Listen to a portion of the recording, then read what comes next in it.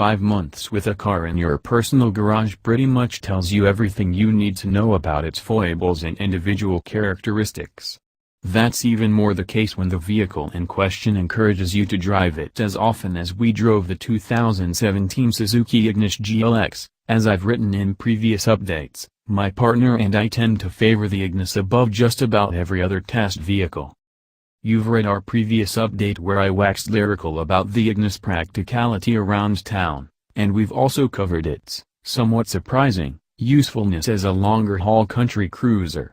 We certainly didn't expect that when we took ownership 5 months back. The crucial elements that make the Ignis so enjoyable to drive in aren't so much the physical dimensions and turning circle, but the engine and gearbox, and the efficiency of that pairing. Around town, or on the open road, the engine and gearbox have proven to be more capable, and more enjoyable than we ever expected.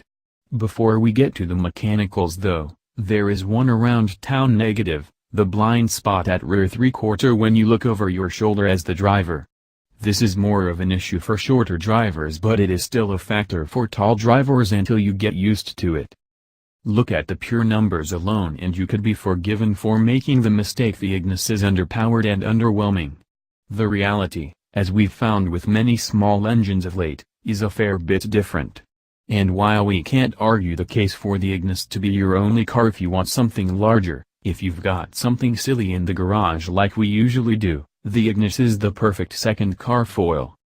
The naturally aspirated 4-cylinder engine clocks in at only 1200 cc, 100 cc smaller than the legendary Suzuki Swift we all remember so well from the early 90s, and we thought that engine was small. We love the quirky appeal of a 3-cylinder engine too, but the 4-cylinder beneath the Ignis stubby bonnet has an appeal all its own.